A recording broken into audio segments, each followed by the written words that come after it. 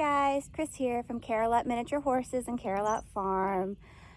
Today is the day that I've been waiting for. It's not the vet day, it's not the farrier day. It's a really good wet day after a soaking rain. I want to head to the garden and I want to probably spend a couple of hours weeding really well.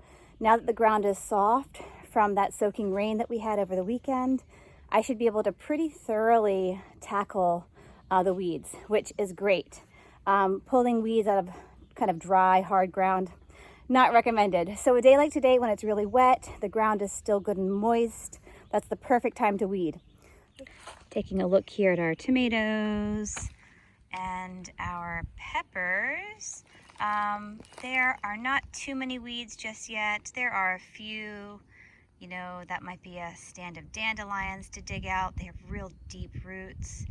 And I see a few other things that have popped up. So if I have time, I'll do a little bit of weeding over here, but this area still looks pretty good at this point. We did spend some time weeding around our sugar snaps just last week. You can see there's a little bit of grass and a little bit of other weed that is beginning to pop up, but the cardboard is helping to keep a lot of that at bay right now. So these look good. If I have time again, maybe I could do a little bit, but they are still not the focus, the primary focus for today. Here we go. This is what we're talking about.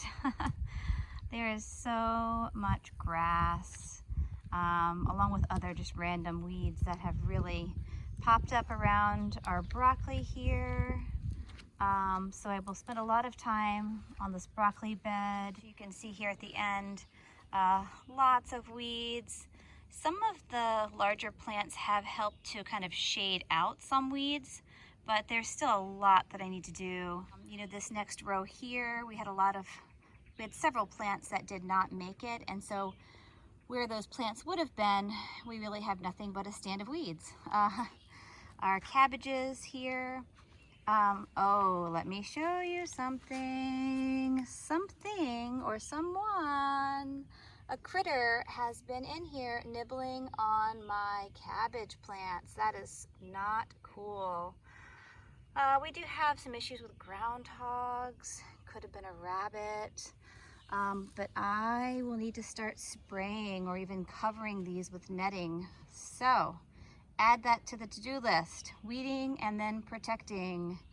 Moving on to our next row of cabbages, which still look beautiful. A little weeding to be done here. Cardboard for the pathways will help a lot. More signs of a critter that has been chewing on my purple cabbages. Yep, gonna have to really start protecting these things. That's just the very disappointing side to gardening, you know. You put all this time, energy, effort into your plants, and to then have some little critter come and nibble them before they reach maturity is a little frustrating, but that's part of it. So now the next step is to protect everything further. A look here at the potatoes. A little weeding to be done in and around the plants, but mostly it's just a matter of getting more cardboard down beside them here where we see a lot of weeds. I do have some cardboard kind of ready and waiting for just that thing. Something I will not have to weed much, and that is due to the fact that we have planted these lettuce heads so close together.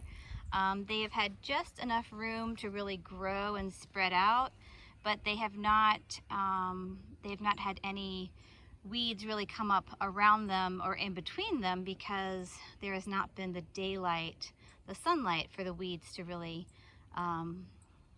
take in. So one plus, I suppose you could say, to very thickly planting. I know not everyone would recommend this, but thickly planted lettuce, at least here, has meant that I don't have near as many weeds as if these heads were farther apart. And then we have our Brussels sprouts. So you can see there's just a lot to be done today.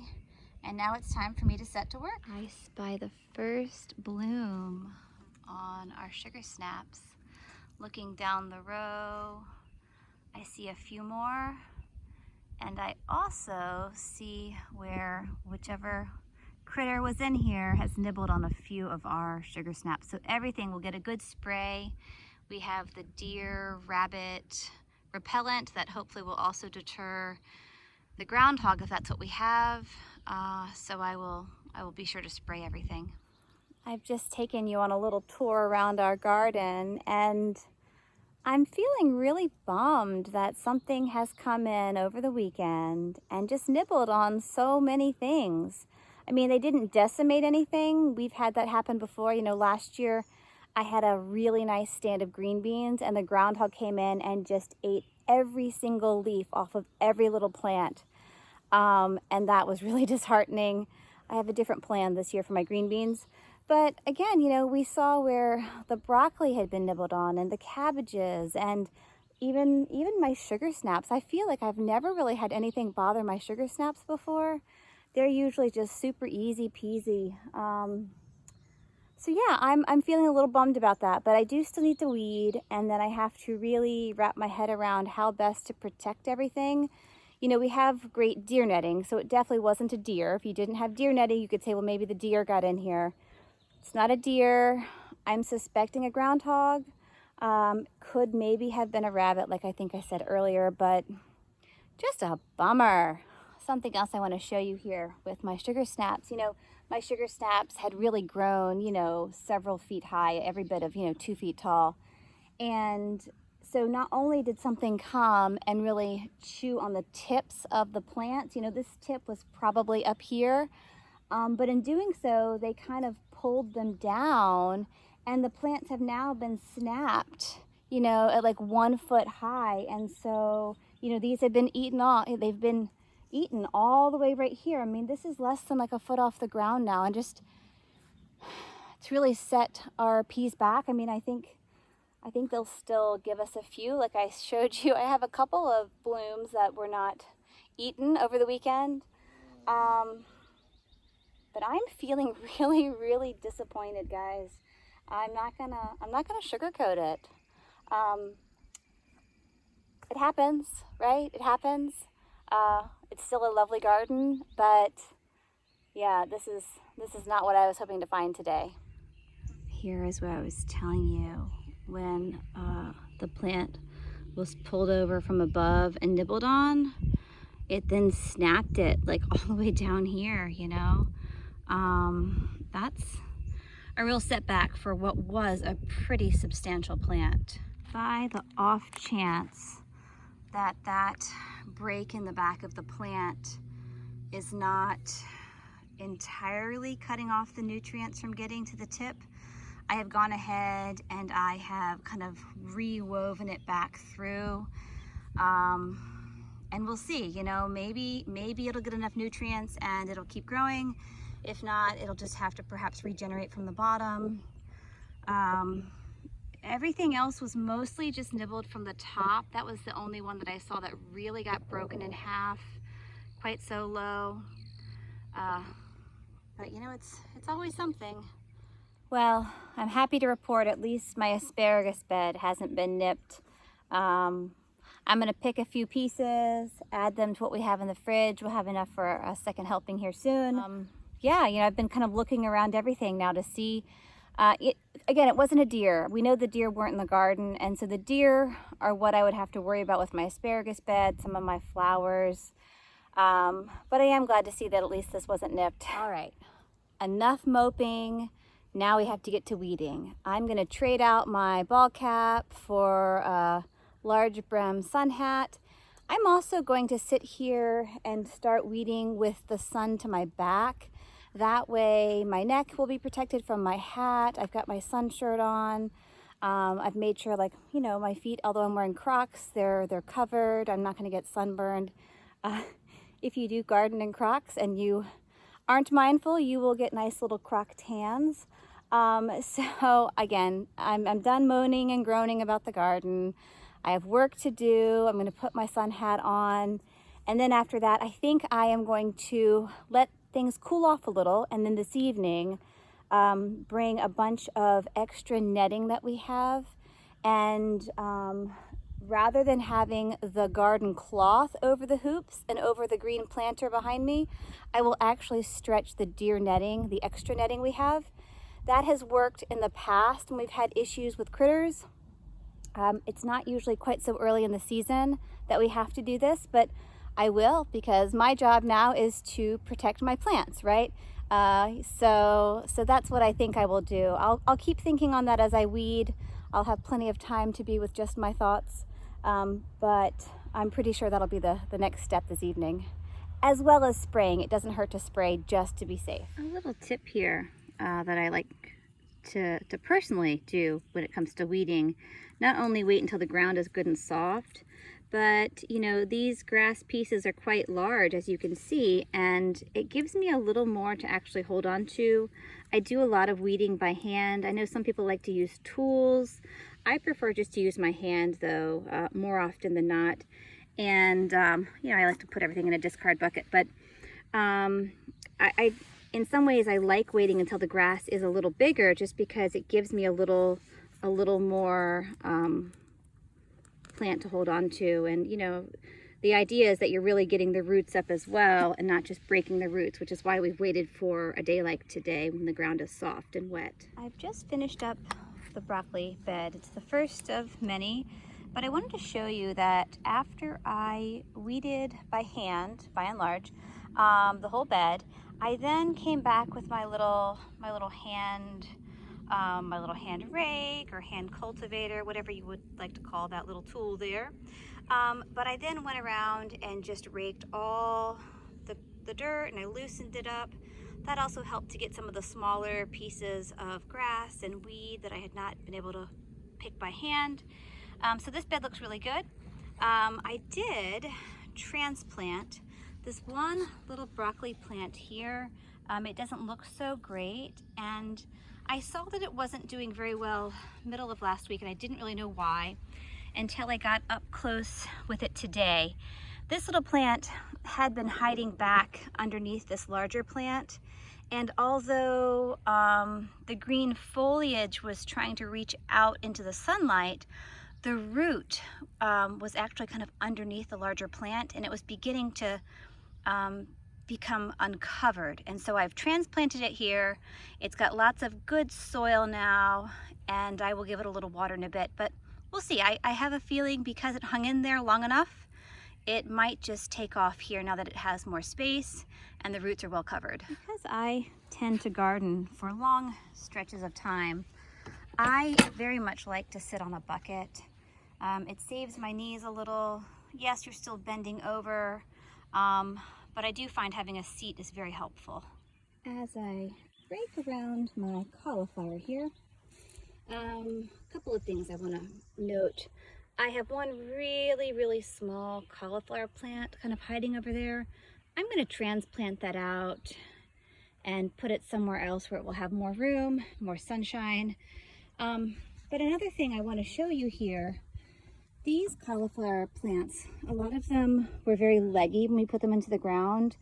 And so although the roots were down under the ground, a lot of the stalk stem was above the ground, and I had originally covered it, but the soil has kind of washed away as the plant has grown, and I'm going to go back with loose soil, and I'm going to actually cover these plants kind of up to this neck here. I don't want this part of the root to really be exposed.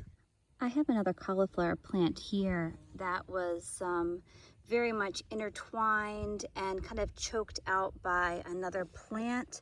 Some of them were twins that we had not separated when they were smaller. I've gone ahead and pulled this one up. It's got a bit of a root on it. I'm going to stick it here in the ground, and we'll see. It either will or it won't take, but it wasn't going to do much maturing where it was. This second cauliflower that I have just dug out, the roots are mostly intact. I was able to kind of just take a big bit of ground and a bunch of soil around with it. I'm just gonna, kind of pop it in here, cover it up with some loose garden soil, build a little well around it so that when it does get water, hopefully more of it will funnel down to the roots. And we'll see, again, this plant, like the other one, really wasn't getting hardly any sun. It just wasn't doing very well where it was. So I've decided to go ahead and move it. We'll give it a chance here. This is our single row of cauliflower. We have 3 nice plants here. We lost a few. And the other newly transplanted cauliflower is just over there. So we'll see how they do. You know, hey, it's worth a shot. So as you can see, it's raining. I didn't expect the rain this early in the day. I did, however, finish all of the weeding around those primary beds. You know, the broccoli, the cauliflower, the cabbage, the Brussels sprouts. Those are in really good shape. What I didn't have time for, though, was to actually put our extra netting. And you can see I have some rolls of netting out there in the garden, but I didn't have a chance to actually stretch them over the hoops. Similar to how we cover the hoops with garden cloth, I'm going to cover the hoops now with this extra deer netting. We've done this trick before in the past, but I've never had to cover so many crops before, so that's new. Usually the groundhog comes in, I'm assuming it's a groundhog. Usually the groundhog comes into the garden and, you know, maybe it nips like one certain variety of something, right? Last year, the groundhog really loved my green beans. Some years it's the broccoli. So the fact that they came in and really had a smorgasbord and just kind of tried everything was a little surprising. But luckily, because of that, nothing was decimated. So, you know, there's a pro and a con there. But once the shower is finished, and I do think it's just a shower, I'm going to head back out and really work to finish covering everything so that hopefully we don't lose any more plants. So fingers crossed this rain lets up and I can get back at it. So I'll keep you posted. Good news, the rain seems to have let up for now. I have my boots on. It's no longer a crock gardening day. It's way too muddy out there now, I'm sure. We had a pretty heavy shower there for a bit. So I'm going to head out to the garden. I'm going to try to get everything covered up, and probably all of the deer spray I put on earlier has not been washed off. I tried. But I'm going to cover everything now because that's going to be the most beneficial. So off I go, and I'll try to give you a picture when I've got everything covered so you can get a sense of just what I'm talking about.